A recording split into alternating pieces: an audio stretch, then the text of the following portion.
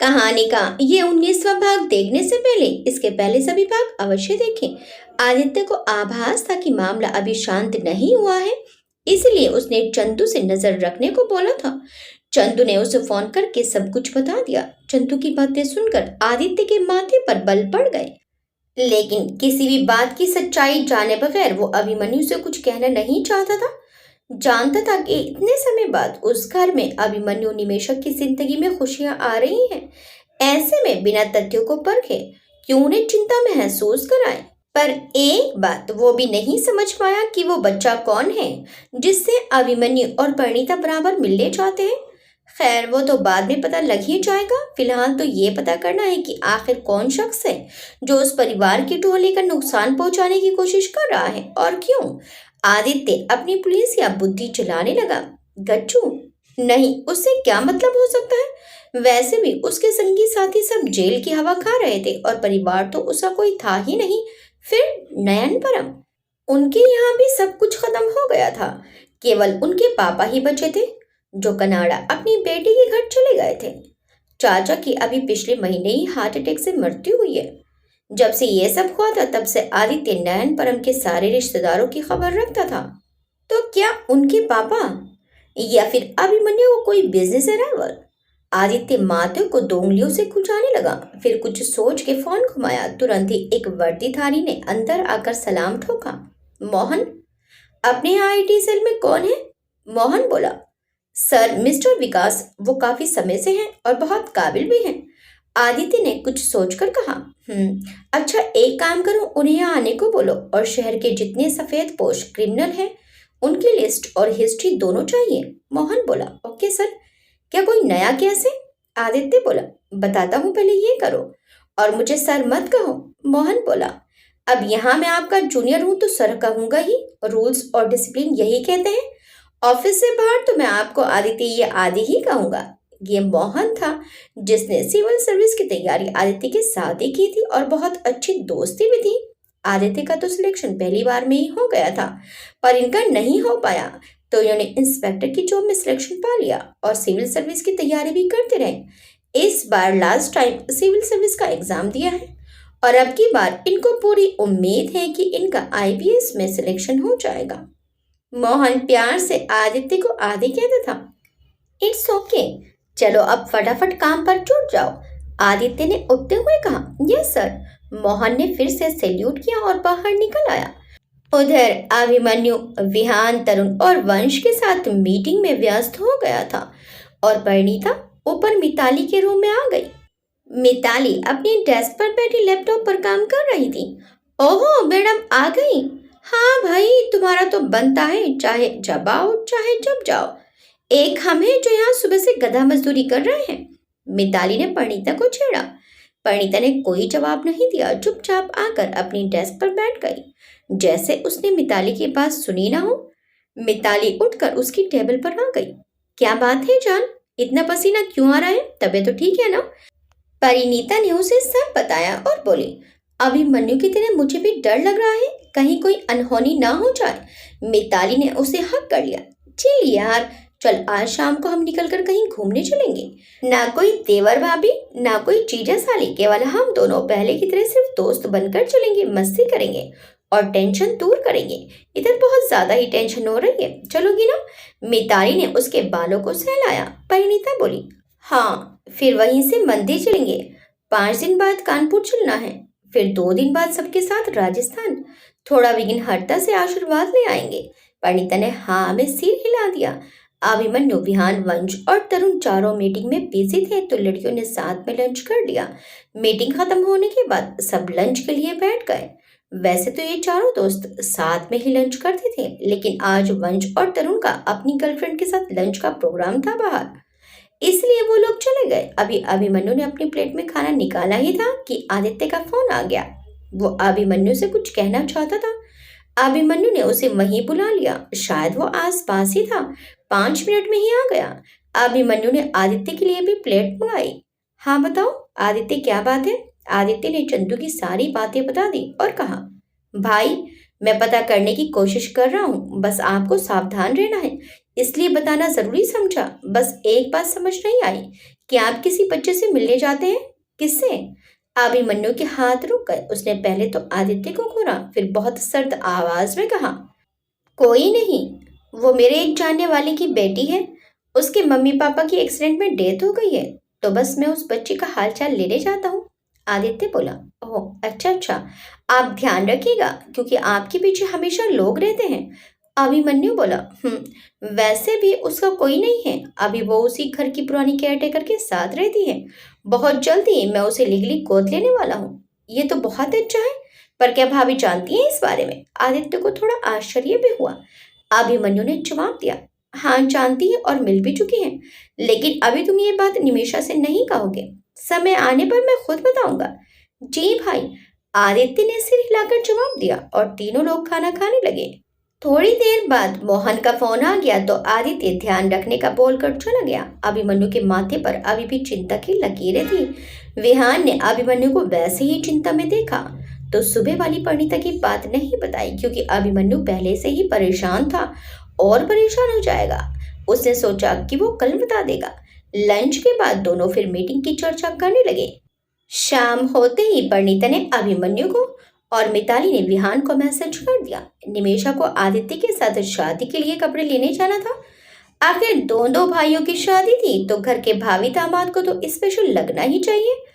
अभिमन्यु और विहान ने साथ में आने को बोला भी, पर लड़कियों ने मना कर दिया। फिर भी अभिमन्यु का दिल ने माना। उसने एक सिक्योरिटी मैन को थोड़ी सी दूरी पर भेज दिया। शाम के समय दोनों उलसोर झील के पास एक पत्थर के टीले पर बैठी थी। दोनों शाम के सूरज को अस्त होते देख रही थी। अचानक ही मिताली बोली, परिणीता तू खुश तो है ना? हाँ क्यों? परिणीता ने खोए हुए अंदाज में पूछा। नहीं बस ऐसे ही, मिताली ने भी उसी टोन में कहा। तो श्योर है ना कि पिया के साथ तुझे कोई प्रॉब्लम नहीं होगी? बर्डन तो नहीं ले रही, सच बताना। परिणीता बोली, नहीं यार, बर्डन क्यों होगी? वो बहुत ही प्यारी है और सच में मुझे भी उससे प्यार हो गया है, लेकिन पता नहीं क्यों डर भी लग रहा है, कहीं पिया को सचमुच में कोई नुकसान ना हो। मिताली बोली, नहीं होगा यार, ले तू चिल कर। अभिमन्यु है ना, विहान है, आदित्य है, सब मिलकर देख लेंगे। लेकिन मेरे ख्याल से अभिमन्यु चीजों को अब अपने घर में पिया को लेकर बात करनी चाहिए, वरना एकदम से कैसे पिया को घर ले जाएंगे। परिणीता बोली, हाँ चाहती तो मैं भी यही हूँ, पर अभिमन्यु को लगता है कि निमिषा को शक हो जाएगा और निमिषा उसे देखकर कभी अपने पास्ट से निकल नहीं पाएगी और पिया अपने जन्म के कारण को सुनकर हमेशा शर्मिंदा महसूस करेगी। मिताली बोली, पर यह शक तो कभी भी हो सकता है, आखिर निमिषा उसकी माँ है और हो सकता है कि जो चीज सोच रहे हैं वैसे ना हो, बल्कि उल्टा हो जाए, निमिषा अपनी बेटी को लेकर पजेसिव हो जाए और तब वो ये सवाल करे कि मेरी बेटी मुझसे इतने दिन दूर क्यों रखी। और पिया, खुदा न खास्ता कभी उसे अपनी माँ के बारे में पता चला तो क्या वो चुप रहेगी? परिणीता ने ठंडी सांस ली।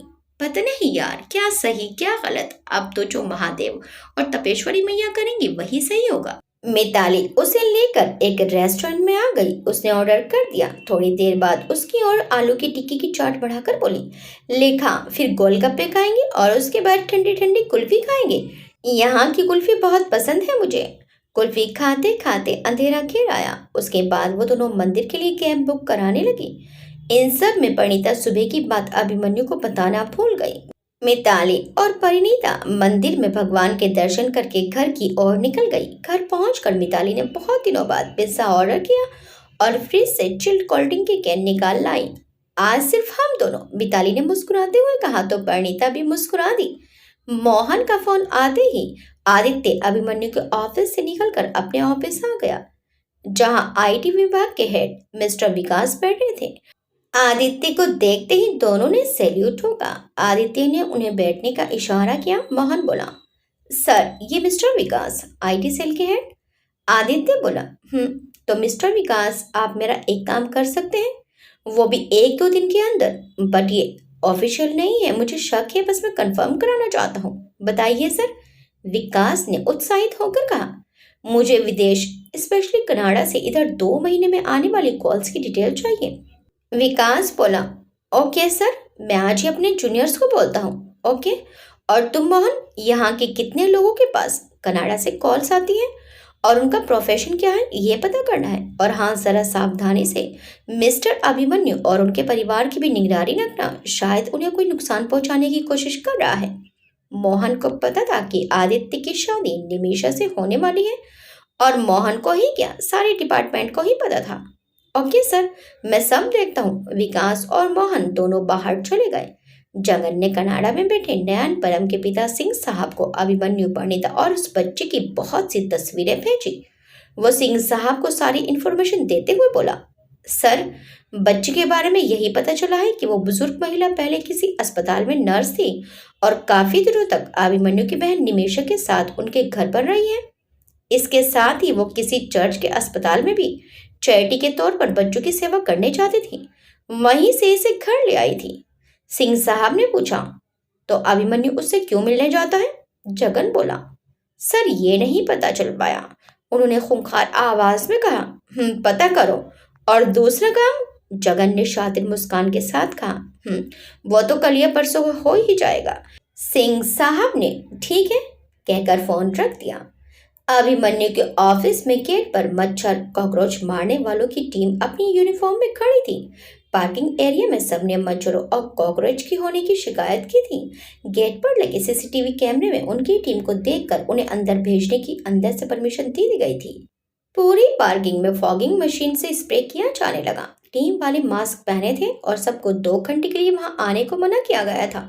उनमें से एक व्यक्ति ने अभिमन्यु की गाड़ी की ओर इशारा किया, दूसरे ने अर्थपूर्ण ढंग से हंसी हिलाया और अभिमन्यु की कार की तरफ बढ़ गया। इधर आदित्य के ऑफिस में मोहन और विकास दोनों बैठे थे और आदित्य को कनाडा से हुई कॉल्स की लिस्ट दिखा रहे थे।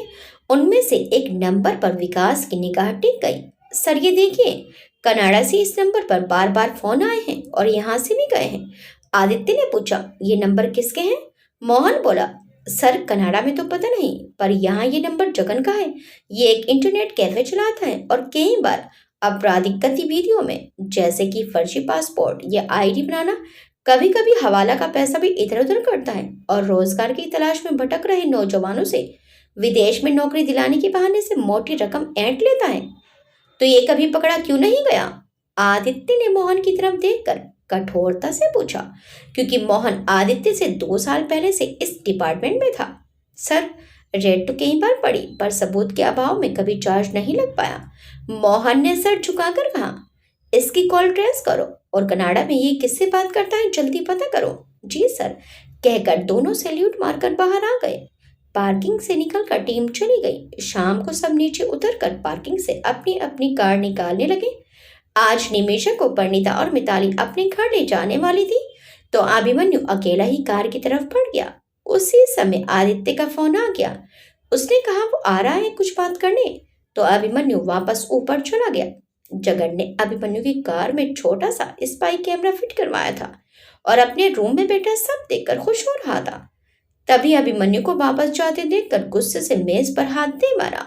वो बड़बड़ाया, ये साला वापस क्यों जा रहा है? आज ही काम हो जाता भाई बहन का।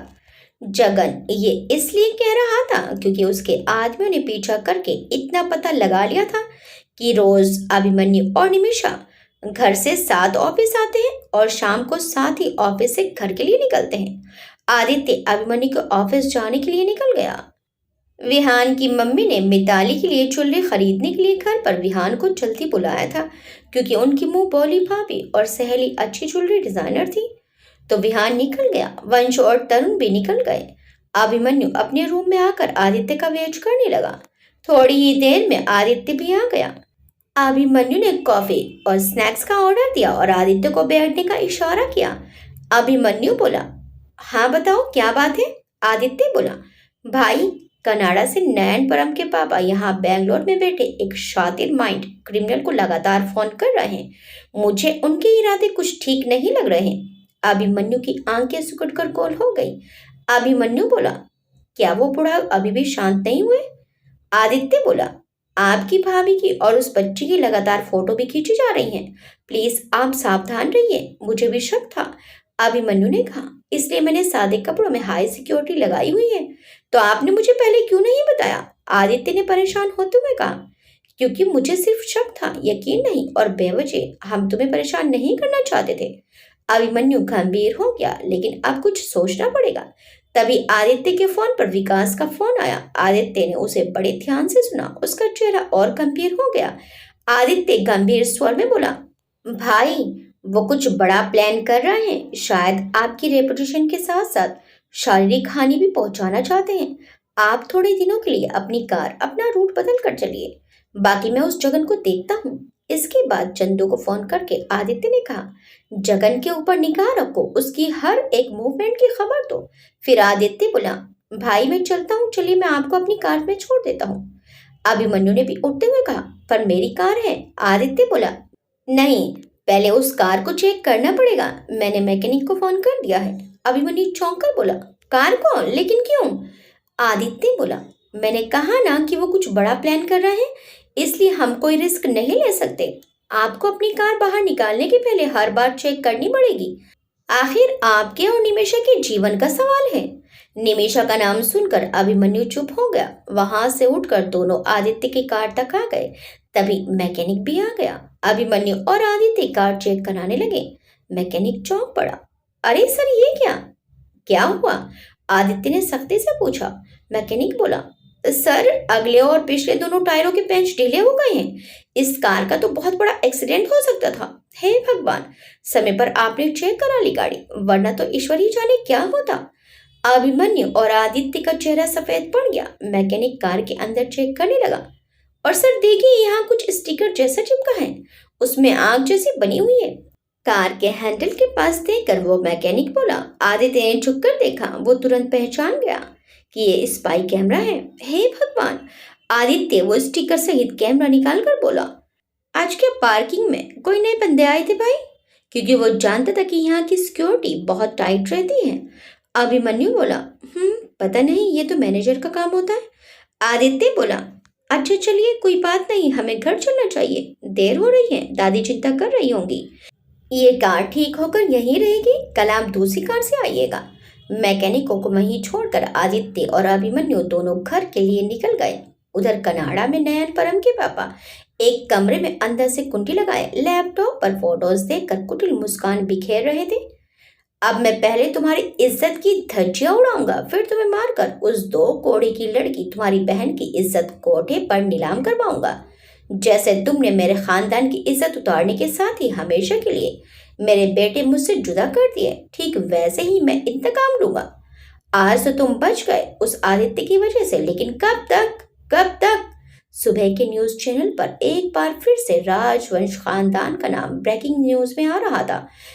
इस बार टॉपिक था अभिमन्यु की फोटो पिया के साथ। और भी कई फोटो में अभिमन्यु, पिया और परिणीता साथ में थे, और कहीं पर सिर्फ परिणीता और पिया थी। अस्पताल की भी फोटोज थी। एंकर बोल रही थी, ये देखिए मिस्टर अभिमन्यु, इतने बड़े एम्पायर के मालिक और new Qamar, year of the fest miss Parineeta को। ये लोग शादी तो दिखावे में अब कर रहे हैं, लेकिन पता चला है कि 3 साल से लिव इन में रह रहे थे, और उसका सबूत ये बच्ची है जो मिस परिणीता को अपनी मम्मा और अभिमन्यु को पापा कहती है। और ये हम नहीं कह रहे हैं, ये अस्पताल के डॉक्टर बंसल बता रहे हैं। तभी इंटरव्यू के लिए डॉक्टर बंसल स्क्रीन पर आते हैं। हाँ तो बताइए डॉक्टर बंसल। एंकर उनकी ओर घूम गई। देखिए, मुझे पता नहीं क्या सच है, पर हाँ, अभी एक दिन पहले ही पिया के साथ मिस परिणीता आई थी, वो भी पहली बार। अभी तक हमेशा उसकी नैनी ही, जिन्हें वो दादी कहती थी, लाती थी। मैंने पूछा भी कि आप कौन हैं, तो बच्ची ने कहा कि ये उसकी मम्मा है। और मिस परिणीता ने बताया कि व्यवस्था के चलते वो नहीं आ पाती थी। उनकी ही गोद में पिया ने इंजेक्शन लगवाया था, बस इससे ज्यादा और मैं कुछ नहीं जानता। Thank you doctor Bansal. Anchor वापस अपने मोड़ पर आ गई। देखा आपने, 3 साल लिव इन में रहने के बाद और एक बच्चा होने के बाद अब शादी कर रहे हैं। बताइए, ये हमारे युवा सेलिब्रिटी हमारे समाज को किस दिशा में ले जाएंगे? बताइए बताइए। लोगों में खुसर पुसर शुरू हो चुकी थी। दादू टीवी देख रहे थे, वो सदमे में थे। आखिर ये है क्या? क्या अभिमन्यु ने सचमुच में उन्हें धोखे में रखा था? 3 साल, मतलब निमेशा के साथ हुई दुर्घटना से भी पहले से इन लोगों का चक्कर चल रहा था। इतनी बड़ी बात छुपाई।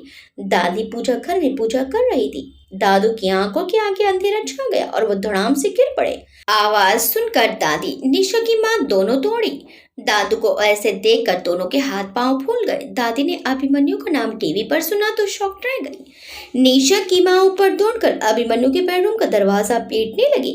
उधर कानपुर में परिणीता के पापा अब बोर्ड से ठीक हो गए थे और शादी की तैयारियां मिताली के पापा के साथ मिलकर जोरों शोरों से कर रहे थे।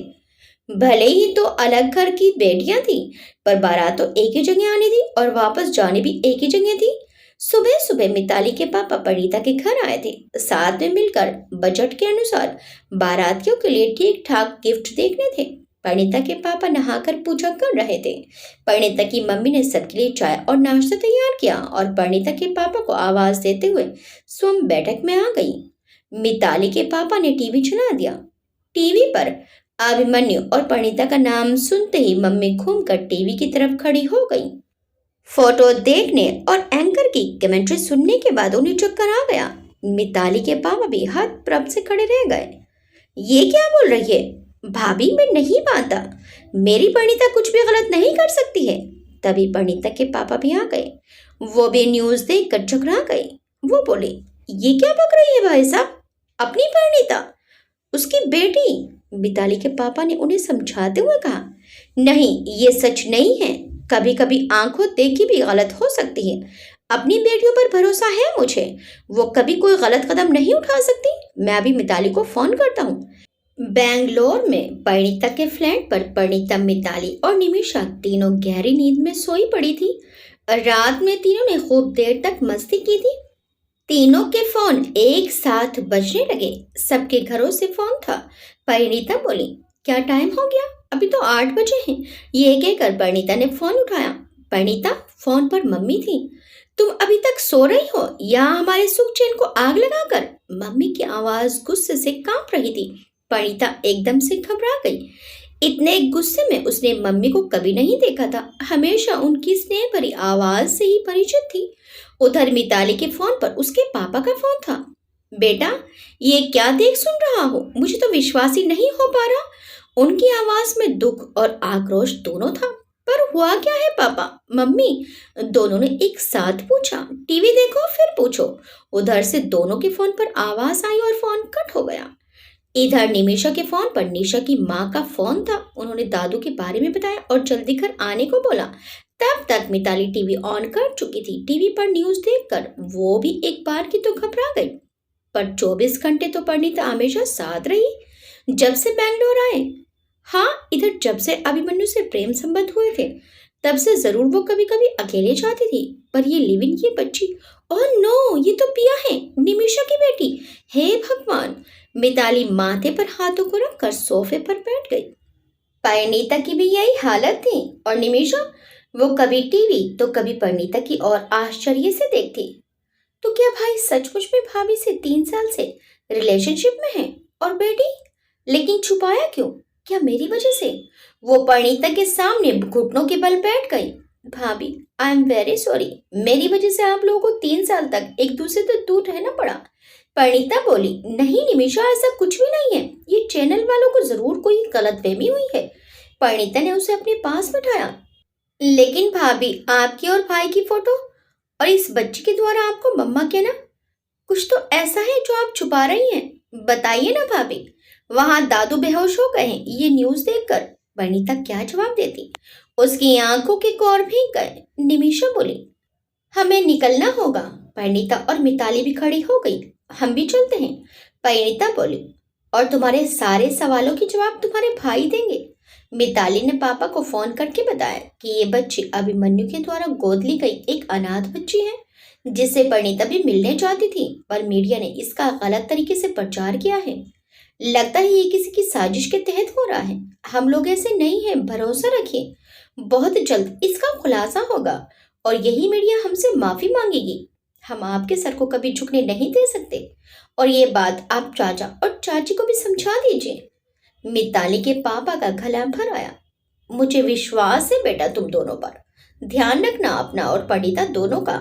मिताली बोली, हाँ पापा। परिणीता की हिम्मत नहीं थी कि वो अपने मम्मी पापा से बात कर सके। तीनों लड़कियां जाने के लिए तैयार होने लगी। चारों ओर हड़कंप मच गया। बेंगलोर से कानपुर तक निमिषा, मिताली और परिणीता अभिमन्यु के घर के लिए निकल चुकी थी। वहां विहान भी आंखें मलते हुए न्यूज देख रहा था, क्योंकि मम्मी ने चिल्ला चिल्ला कर उसे जगा दिया था। अभिमन्यु के घर निशा की मां के दरवाजा पीटने पर अभिमन्यु उठ बैठा। आंखें मलते हुए दरवाजा खोल दिया। क्या है आंटी? वो बोली। वो दादू बेहोश हो गए हैं। क्या? कब? कैसे? कहते हुए अभिमन्यु टी शर्ट और बरमूडा पहने ही दो दो सीढ़ियों को फलंगता नीचे आ पहुंचा। दादी परेशान हाल दादू के चेहरे पर पानी की छींटे डाल रही थी। सबसे पहले तो अभिमन्यु ने डॉक्टर को फोन किया और दादी को प्रश्नवाचक नजरों से देखा। दादी ने टीवी की आवाज म्यूट कर दी थी। इशारे से कहा, टीवी देखो। अभिमन्यु की निगाह टीवी पर गई तो पलकें झपकाना भूल गया। अब उसे आदित्य की बात सच होती लग रही थी। कल कार के साथ हुई छेड़छाड़ और आज ये न्यूज। उफ, परिणीता बेचारी, उसके घर वाले क्या सोच रहे होंगे? और उसके ही क्यों, दादी और विहान को छोड़कर बाकी सब भी यही सच मान रहे होंगे। हे भगवान, अब मैं क्या करूं? सच बोल नहीं सकता और ना बोलने से निर्दोष परिणीता की इज्जत की धज्जियां उड़ रही हैं। मेरे कारण उसने पहले ही बहुत कुछ सहा है। वो अपने माथे पर दोनों हाथों को रखकर बैठ गया। दादी सब समझ रही थी, लेकिन असहाय थी। उन्होंने कातर निगाहों से अभिमन्यु को देखा और बोले, सब ठीक होगा बेटा, हिम्मत से काम लो। इस वक्त परिणीता को तुम्हारी जरूरत है। वो बेचारी तो बिन कोयले की खान में गए ही काली हो गई। तभी डॉक्टर निमिषा, मिताली और परिणीता सबने एक साथ ही घर के अंदर प्रवेश किया। डॉक्टर तो दादू को देखने लगी और अभिमन्यु परिणीता को भरी आंखों में, जिसमें क्षमा याचना के साथ बेहद नाराजगी भी थी, देखने लगा। अभिमन्यु ने परिणीता को ऊपर कमरे में आने को कहा और खुद ऊपर चला गया। परिणीता भी सहमी सहमी सी ऊपर चली गई। मिताली ने दोनों को जाते देखा तो दांत पीस लिए। उसे इस समय अभिमन्यु पर और परिणीता पर बेहद गुस्सा आ रहा था। अभिमन्यु ने अपनी बहन के लिए अपनी होने वाली पत्नी की इज्जत दांव पर लगा दी थी और परिणीता कैसे मूक बकीर की तरह उसकी सारी बातें मान रही थी। क्या प्यार ऐसा ही होता है? नहीं, प्यार में सम्मान भी होना चाहिए। खैर, वो इस विषय में विहान से बात करेगी। ये सोचकर वो दादू के होश में आने का रास्ता देखने लगी। थोड़े से प्रयास करने पर दादू होश में आ गए। दादू ने होश में आते ही कहा, अभिमन्यु कहाँ है? अभिमन्यु, अभिमन्यु, वो जोर से चिल्लाने लगे। आप शांत हो जाइए। दादी उनको शांत कराने लगी। दादू गुस्से में बोले, शांत हो जाऊं? कैसे? आज जो इन लोगों ने मिलकर हमारे भरोसे को तोड़ा है, हमें धोखे में रखा है, और तुम कह रही हो शांत हो जाऊं? आखिर क्यों? क्यों छुपाया? वो भी पूरा 3 साल। तुम बीमार रही, रोती रही, गिड़गिड़ाती रही उससे शादी करने के लिए, और ये छुप छुप कर संबंध तो क्या बच्चा भी पैदा कर लिया। बुलाओ उसे। फिर मिताली की ओर देखकर बोले, बुलाओ उन दोनों को, हम जवाब चाहते हैं। और तुम, क्या तुम भी? क्या तुम्हारे और विहान के बीच भी? दादू की बात सुनकर निमिषा कठोरता से बोली, बस दादू, आप बिना भाई भाभी का पक्ष सुने ऐसे किसी को ब्लेम नहीं कर सकते। हो सकता है मेरी वजह से उन्होंने ऐसा किया हो। मिताली परिणीता के साथ साथ अपने ऊपर भी लगे इल्जाम से बेहद दुखी हो गई और गुस्सा भी। उसकी आंखें गुस्से से लाल हो गई। फिर भी वो शांत स्वर में बोली, माफ कीजिए दादू, हो सकता है ये सिर्फ गलतफहमी हो और शायद शाम तक यही लोग माफी मांगते नजर आए।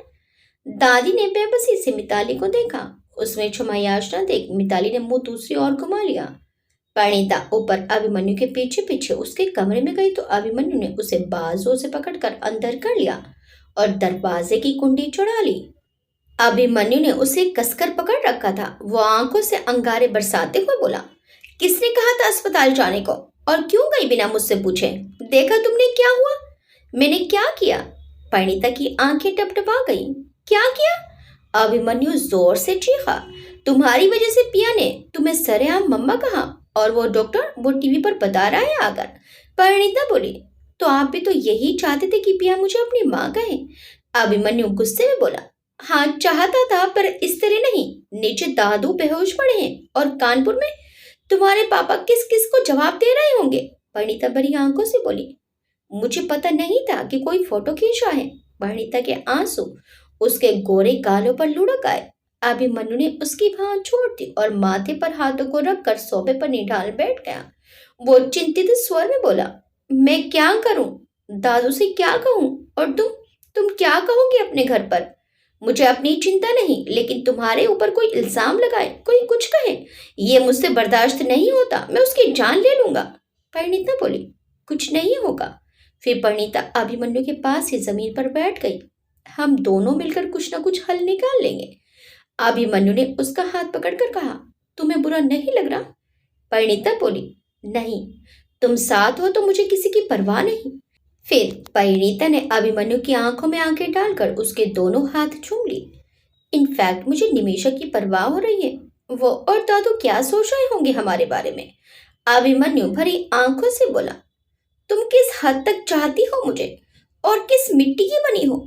सरेआम तुम्हारे बारे में लोग गलत कह रहे हैं और अभी भी तुम्हें मेरे परिवार की परवाह है। परिणीता बहते हुए आंसू के साथ बोली, मेरे नहीं, हमारे परिवार की। परिणीता ने दृढ़ता से आगे कहा, क्या समाज के सामने ही फेरे लेने से या सिर्फ मांग में सिंदूर और गले में मंगलसूत्र पहनाकर ही जन्मों का बंधन बांधा जा सकता है? मन से किसी के होने से कोई बंधन मान्य नहीं। बोलो अभिमन्यु। अभिमन्यु ने परिणीता को खींचकर अपने सीने से लगा लिया। दोनों के ही आंसू एक दूसरे में समाते हुए एकाकार हो रहे थे। अभिमन्यु रोते हुए बोला, मैं एक काम करता हूँ, दादू को सब सच बता देता हूँ, इससे समस्या हल हो जाएगी। परिणीता बोली, नहीं, समस्या दादू की नहीं है अभिमन्यु, समस्या वो शख्स है जिसने इसे अंजाम दिया है। उस शख्स को ढूंढना होगा जो इसके पीछे है। चलो नीचे, दादू को देखो चलकर। कहकर परिणीता बाहर आ गई। पीछे पीछे अभिमन्यु भी निकला। दोनों एक साथ ही नीचे आए। दादू अभिमन्यु और परिणीता को देखते ही बड़ी जोर से चीखे, ये सब क्या है? अभिमन्यु फिर वो परिणीता की तरफ देखकर बोले, और तुम दोनों मिलकर मुझे धोखे में रखोगे, ऐसा सोचा भी नहीं था। दादू मेरी बात तो सुनिए, अभिमन्यु ने कहना चाहा। क्या कहोगे? अब क्या बाकी है? तुम लोगों की सारी बेशर्मी तो पूरी दुनिया देख रही है। परिणीता बोली, नहीं दादू, ये सच नहीं है। फिर क्या सच है? क्या समझा था तुम लोगों को और क्या निकली? दादू आपे से बाहर हुए जा रहे थे। अभिमन्यु चिल्लाया, बस दादू, आगे कुछ भी नहीं। आप मुझे कुछ भी कह सकते हैं, लेकिन परिणीता को नहीं। इसमें उसकी कोई गलती नहीं। दादू गुस्से में बोले, अच्छा, क्यों? क्यों गलती नहीं? तुम्हारी इस करतूत की वो बराबर की हिस्सेदार है। आज तुम लोगों की वजह से हमारी इज्जत पूरे समाज में थू-थू हो रही है। अभिमन्यु गुस्से में बोला, अच्छा, आपको कब से समाज की परवाह होने लगी? आज जैसे अभिमन्यु भी आपे में नहीं था। दादू गरजे, इस तरह से बेशर्मी दिखाने से तो अच्छा था कि तुम पहले ही ब्याह कर लेते। निमिषा का नाम लेकर इतने दिखावे की क्या जरूरत थी? अभिमन्यु हैरान होकर बोला, मैंने दिखावा किया? अभिमन्यु का चेहरा दुख और अपमान से झुलस उठा। उसका चेहरा लाल हो गया और आंखों से आंसू निकल पड़े। दादू फिर गरजे, हाँ, तुमने दिखावा किया। दादी, परिणीता, मिताली, निमिषा और निशा की माँ सब दादू और अभिमन्यु के बीच होते इस तरह से वाद विवाद को पहली बार देख रही थी और डर रही थी, पर किसी की हिम्मत नहीं थी कि दोनों में से किसी को भी चुप करा सके। दादी ने बीच में बोलने की कोशिश भी की, लेकिन दादू का रोध रूप देखकर सहम गई। मुझे पहले ही समझ जाना चाहिए। दादू की दहाड़ फिर गूंजी। ये छोटे शहरों के छोटे घरों से आने वाली लड़कियां बड़े घरों के सपने देखने आती हैं और मौका मिलते ही बड़े घरों के लड़कों को इस तरह फंसाती हैं कि उनके पास शादी करने के अलावा और कोई चारा ही ना बचे, यहाँ तक कि बच्चा भी पैदा करने। परिणीता के चरित्र पर इतना बड़ा आरोप सुनकर अभिमन्यु बौखला गया। अब उसके सब्र की इंतहा हो गई। वो दादू को बीच में रोककर बोला, बस बस बस। वहीं परिणीता अपना चेहरा हाथों से ढांपकर घुटनों के बल जमीन पर बैठ गई। अब दादू से भी तेज आवाज में अभिमन्यु चीखा और उसने पास में रखा मांस शीशे की मेज पर दे मारा। एक आवाज के साथ मेज टुकड़ों में तब्दील हो गई। वो बच्चा परिणीता का नहीं, निमिषा का है। वो और जोर से चीखा, सुना आपने? अभिमन्यु की बात सुनते ही निमिषा और निशा की माँ सख्ते में आ गई।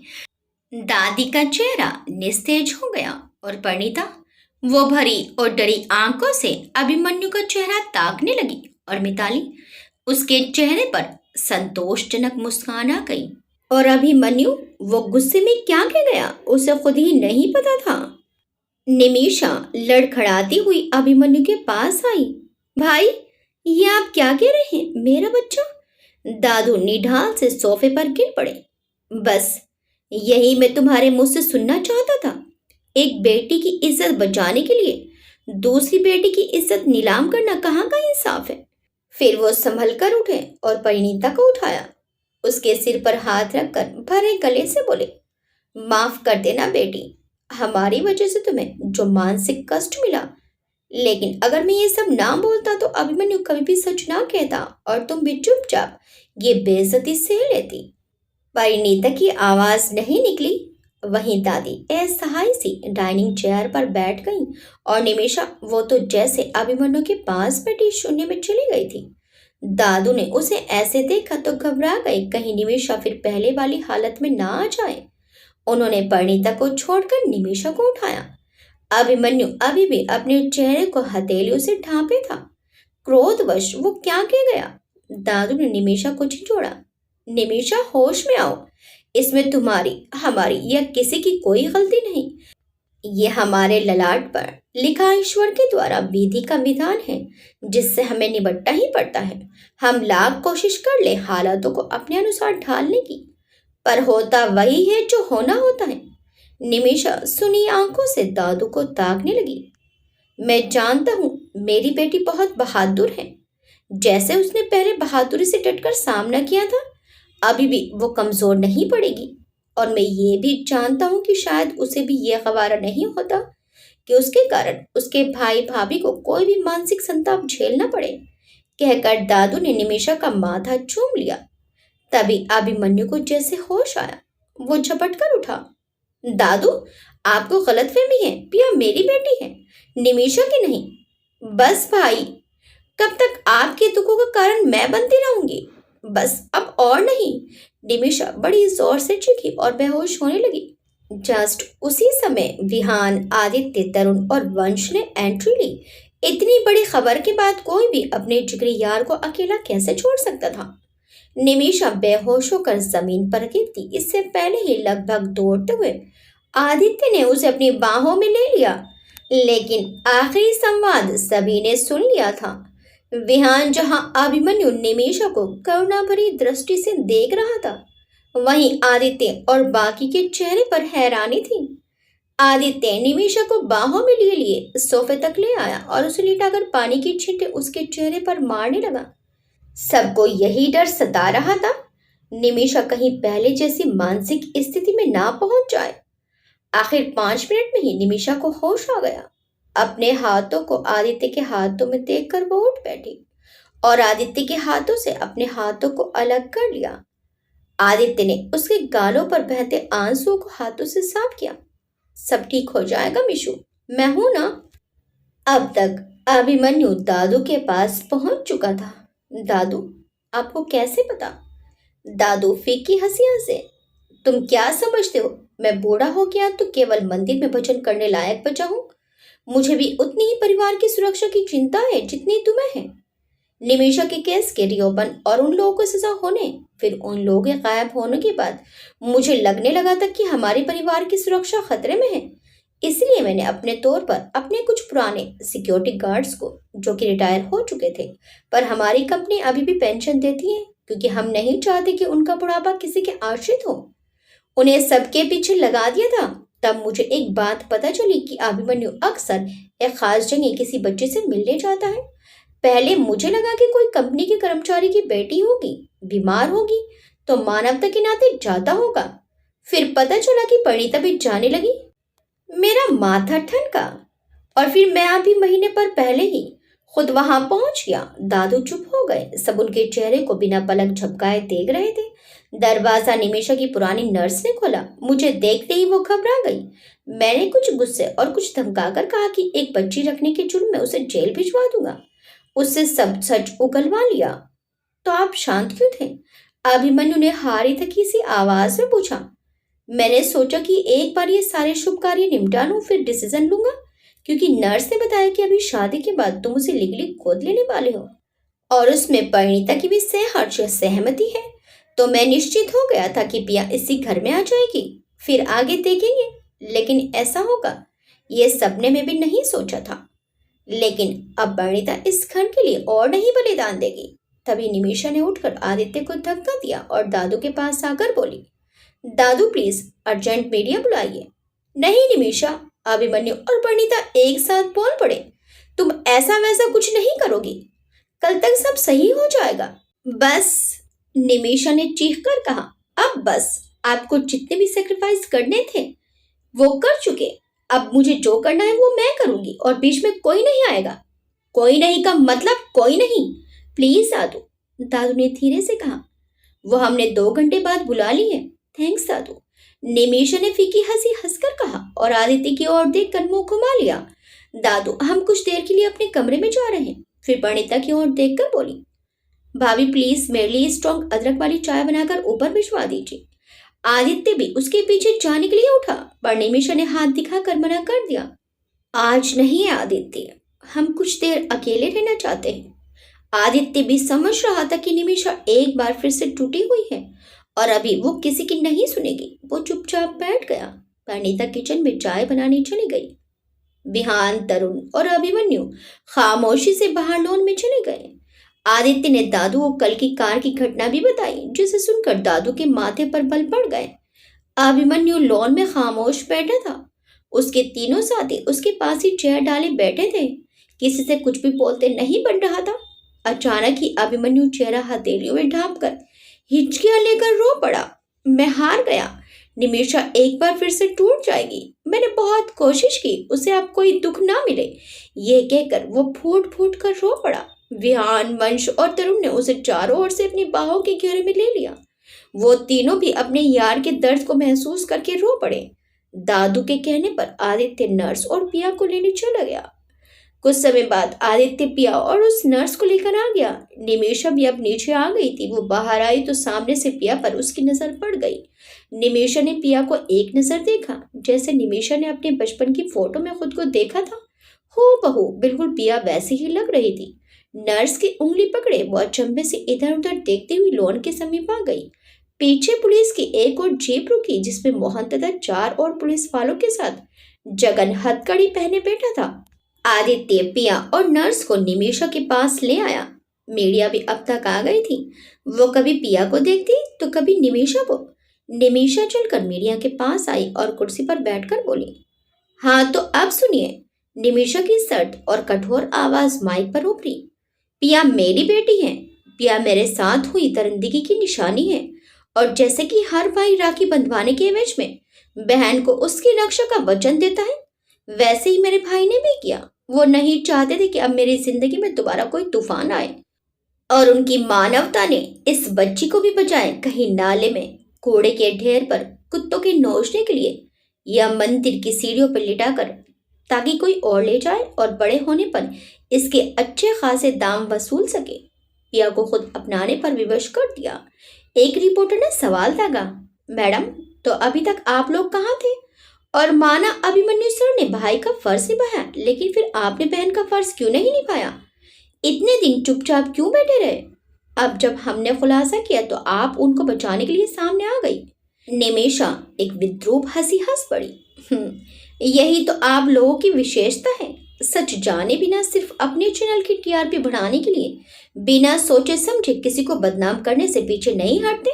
मैं जानती थी कि आप लोग ऐसे विश्वास नहीं करेंगे और इसलिए मैंने इनको बुलाया है, जो पिया के जन्म के समय मेरे साथ थी। निमिषा ने इशारे से नर्स और पिया को अपने पास आने को कहा और कुर्सी छोड़कर खुद उठ खड़ी हुई। नर्स को पिया छोड़ ही नहीं रही थी, क्योंकि वहां वो किसी और को नहीं पहचानती थी। नर्स ने कुर्सी पर बैठकर एक बार दादू और निमिषा की तरफ असहाय दृष्टि से देखा। उनकी आंखों में कठोरता और अपने लिए आदेश देखकर उसने माइक संभाला। पीछे से आदित्य ने आकर निमिषा का हाथ मजबूती से पकड़ लिया। अंदर अभिमन्यु अपने कान में ईयरफोन लगाए था और कुशन से चेहरा ढांपे था। पूरा कुशन उसके आंसुओं से भीग गया था। नर्स ने विवश दृष्टि से एक बार फिर आदित्य की तरफ देखा, पर उनमें भी वही आदेश था। उसने बोलना शुरू किया और संक्षेप में पिया के जन्म की कहानी बता डाली। जैसे जैसे नर्स बता रही थी, मीडिया कर्मियों के चेहरे झुकते चले जा रहे थे। निमिषा बार बार अपनी उस अनचाही औलाद को देखती और आंसू की 2 बूंद लुढ़क पड़ती। उसे ना तो प्यार आ रहा था और ना ही नफरत हो रही थी पिया से। आदित्य ने उसे कंधे से पकड़कर अपने साथ सटा लिया था और शायद निमिषा को भी इसी सहारे की जरूरत थी। उसने भी आदित्य के कंधे पर सिर टिका दिया। नर्स अपनी बात खत्म कर चुकी थी और पिया को लेकर खड़ी हो गई। दादू ने अपनी कठोर आवाज में कहा, और भी कुछ पूछना है आपको? सर, बस एक सवाल, एक ने बड़ी ही विनम्रता से कहा। फिर ये सीढ़ी, फोटो, ये सब किसकी चाल है? किसने ये सब किया? और पिया, क्या आप लोग उसे अपने घर में जगह देंगे? और क्या आदित्य साहब यानी कि निमिषा मैडम के होने वाले पति अब भी शादी करेंगे? निमिषा आगे बढ़कर कुछ कहती या दादू कोई जवाब देते, उससे पहले ही आदित्य ने निमिषा को कुर्सी पर बैठाया और खुद माइक हाथों में लेकर बोला, आपके इन सवालों का जवाब मैं दूंगा क्योंकि ये सवाल मेरे लिए भी पर्सनल है। पहला सवाल है कि ये फोटो सीडी किसने दी? तो मैं आपको बताता हूँ। आदित्य ने मोहन को फोन किया। मोहन 2 मिनट में ही जगन को लेकर हाजिर हो गया। इस शख्स ने आप तक पहुंचाई है और सिर्फ चंद पैसों के लालच में। और इतना ही नहीं, इसने किसी के कहने पर निमिषा और अभिमन्यु की जान लेने की भी कोशिश की थी, क्योंकि अभिमन्यु और निमिषा दोनों एक साथ ऑफिस आते जाते हैं। रिपोर्टर ने सवाल किया, कौन और किसके कहने पर? मीडिया में शोर मच गया। आदित्य ने जवाब दिया, नयन और परम के पिता के कहने पर।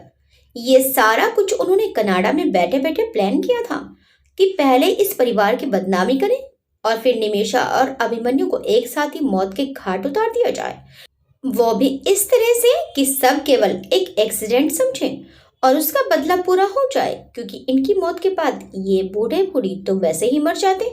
फिर आदित्य ने कल अभिमन्यु की कार के साथ हुई छेड़खानी मीडिया को बताई। ऊपर बैठे विहान, तरुण वंश तथा नीचे बैठी दादी परिणीता मिताली और निशा की मां का दिल दहल उठा। जगन ने भरी मीडिया के सामने अपने गुनाह को कबूल किया। आदित्य के इशारे पर मोहन उसे लेकर हवालात की तरफ रवाना हो गया। अब तो आपको पता चल ही गया कि अब तक निमिषा क्यों सामने नहीं आई।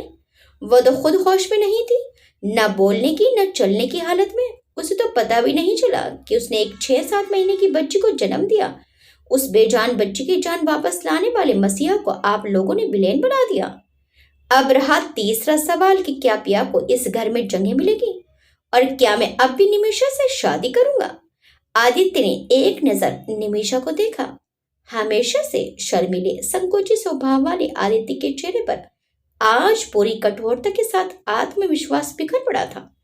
आज तक अभिमन्यु भाई ने पिया को संभाला है और वो तो इसे लीगली गोद भी लेने के विचार में थे, और इस काम में उनकी होने वाली पत्नी मिस परिणीता, जिन्हें आपने चरित्रहीन साबित करने की कोशिश की।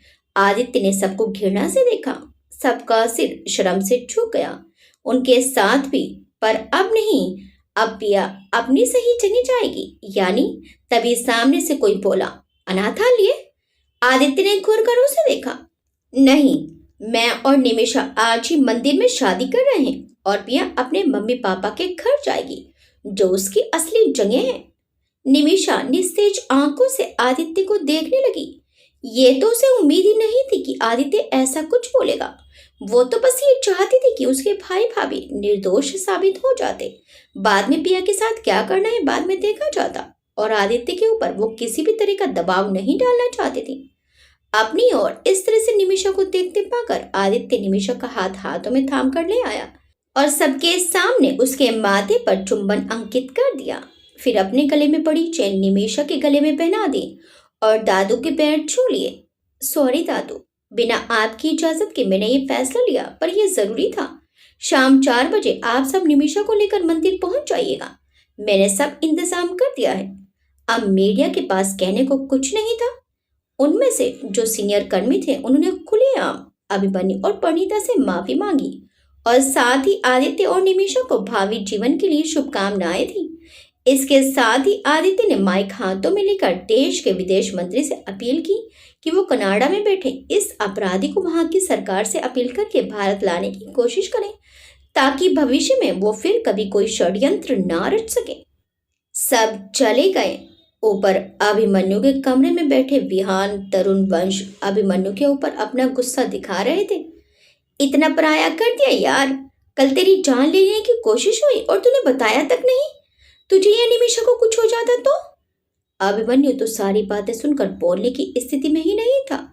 वो सबसे बोला, हुआ तो नहीं ना, और वैसे भी वक्त ही नहीं मिला। आदित्य ने कुछ सावधान रहने को बोला था बस, पर तुम लोग जल्दी चले गए तो टाइम नहीं मिला। लेकिन अब सच में टाइम नहीं है। सुना तुम लोगों ने? आज मेरी कुट्टी की शादी हो रही है, वो भी सिर्फ 4 घंटे बाद। बहुत काम है, चलो चलो बहुत काम है, कहकर अभिमन्यु बदहवासी की हालत में सबको धक्का देकर दरवाजा खोलकर नीचे की तरफ भागा। विहान और सब लोग भी उसके पीछे भागे। अभिमन्यु नीचे उतरकर बिना किसी को देखे भागकर लॉन में गया और आदित्य को टाइट हग कर लिया। थैंक्स भाई, थैंक्स। अभिमन्यु बेतरह रो रहा था कि उसके शब्द भी नहीं निकल पा रहे थे। आदित्य की आंखों से भी आंसू बह निकले। हम सच में मीशू से बेहद प्यार करते हैं भाई, और मुझे मेरी मीशू से कोई अलग नहीं कर सकता, खुद मीशू भी नहीं। निमिषा भरी आंखों से आदित्य और अभिमन्यु को देख रही थी। सच में जब हमारे पास दो ऐसे लोग प्यार करने वाले होते हैं, एक भाई दूसरा जीवन साथी, तो बड़ी से बड़ी मुश्किल राहें भी आसान हो जाती हैं। तभी पिया नर्स का हाथ छुड़ाकर अभिमन्यु के पास पापा पापा कहते भाग आई। अभिमन्यु ने उसे गोद में ले लिया और प्यार करने लगा। तब तक अंदर से सब बाहर आ गए थे। सबकी आंखें ये मिलन देखकर भर आई थी। आगे क्या होगा?